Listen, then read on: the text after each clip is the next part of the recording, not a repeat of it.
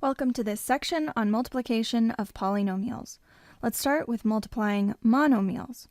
To multiply monomials, first we multiply their coefficients, then we multiply the variables using the rules for exponents and the commutative and associative laws.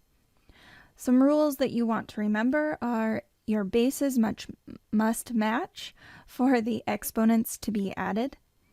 So here are some examples. If you have 2 multiplied to itself 5 times, the exponent would be a 5, 2 to the 5th. If you have x multiplied to itself 3 times, that is equal to x to the 3rd.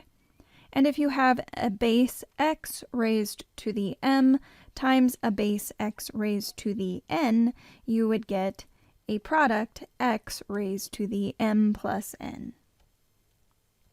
So let's try this in the first exercise. We have 4x to the 3rd y to the 2nd times negative 5x to the 2nd y to the 4th. So we'll multiply the coefficients together first. That gives us negative 20. X to the 3 plus 2 is 5. Y to the 2 plus 4 is 6. The next one we have here is a 7a squared bc to the 4th minus 8ab cubed c to the 2nd. We multiply the coefficients first and we get 7 times 8, which is 56, and that is negative. A to the 2 plus 1 is 3. B to the 1 plus 3 is 4. And C to the 4 plus 2 is 6. Now let's try multiplying monomials and polynomials. To multiply monomials and polynomials, we apply the distributive property and use the rules of exponents. So in this first exercise here in this section, we will distribute 3x to 5x squared minus 4. Notice that the parentheses group 2 terms inside. So I will distribute the 3x to the 5x squared first, and that gives me 15x to the 3rd, and then I distribute the 3x to the negative 4. That gives me negative 12x. Let's look at the next example. We have negative 8ab squared times 4a to the 3rd plus 5ab minus 3b squared. If we distribute that factor out front into each of the 3 terms inside parentheses, we will be able to drop the parentheses and we will get negative 32. A to the 1 plus 3 is a to the 4th. B to the 2nd. The next term will be negative 40. A to the 1 plus 1 is 2. B to the 2 plus 1 is 3. Now we're going to distribute to the last term. This will give us a positive 24. A to the 1st. B to the 2 plus 2, which is 4. Now I'm going to look at part C. We have a 2y to the 3rd, or 2y cubed, and we're multiplying it to a 3-term grouping inside parentheses.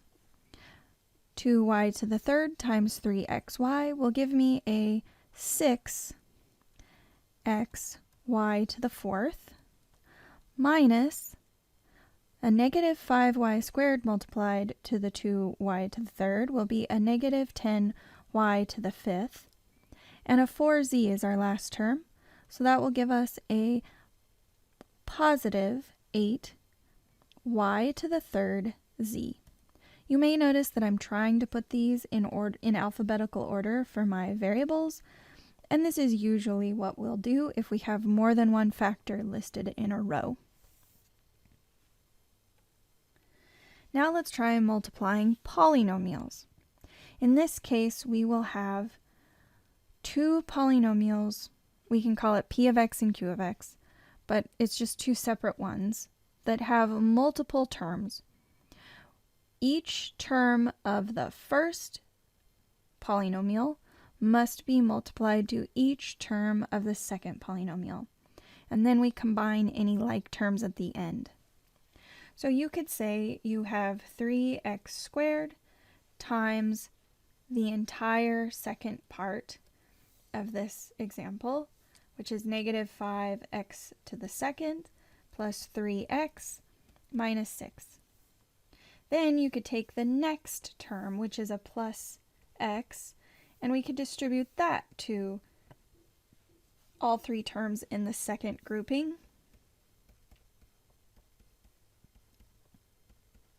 And then we could take the last term in the first grouping, -5, and distribute that to everything in the second grouping.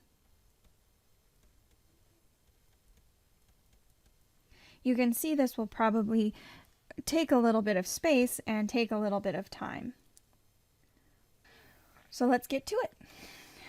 3x squared times -5x squared will give me a -15x to the fourth, and then a positive 3x squared times 3x will be a 9x to the third, and then a 3x squared times a -6 will be a -18x squared. The next one will distribute that x to each term inside parentheses. That will be a -5x to the third plus 3x squared minus 6x. And then lastly, -5 will be distributed. That will give me a 25x squared minus 15x, positive 30. These are my three sets of products. And I'm going to shift these just a little bit so that the degree of the terms line up. Hopefully that makes sense once you see what that looks like. So now the degree of the terms are in line with the previous row. And now I'm going to add the columns. So the first column is just -15x to the fourth. The next column is 9x cubed minus 5x cubed. That will give me a 4x cubed, a -18x squared, a positive 3x squared, and a 25x squared. So that will give me 10x squared. And then -6, -15x, that will add together, -21x, and then plus 30. And that's my final answer. That's a huge product. I'm going to let you practice the next one.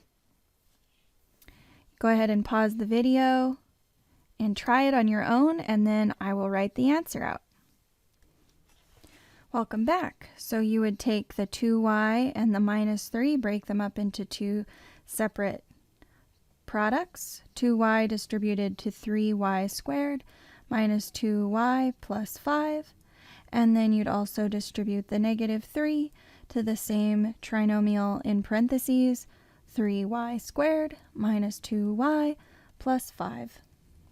And your final product, when you get it all completely simplified, is 6y to the third minus 13y squared plus 16y minus 15.